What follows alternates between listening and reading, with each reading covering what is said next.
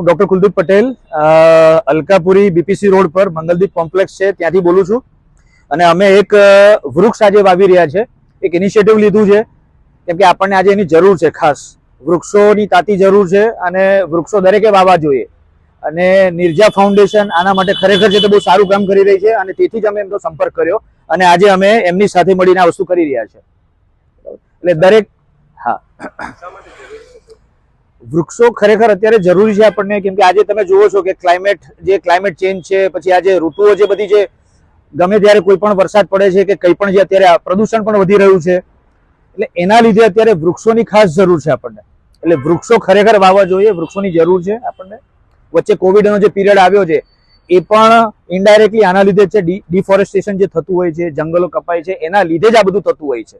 એટલે માણસે ખરેખર ચેતી જવું જોઈએ અને વૃક્ષોને છે તે બચાવવા જોઈએ અને બને એટલા વધારે વૃક્ષોનું રોપણ કરવું જોઈએ.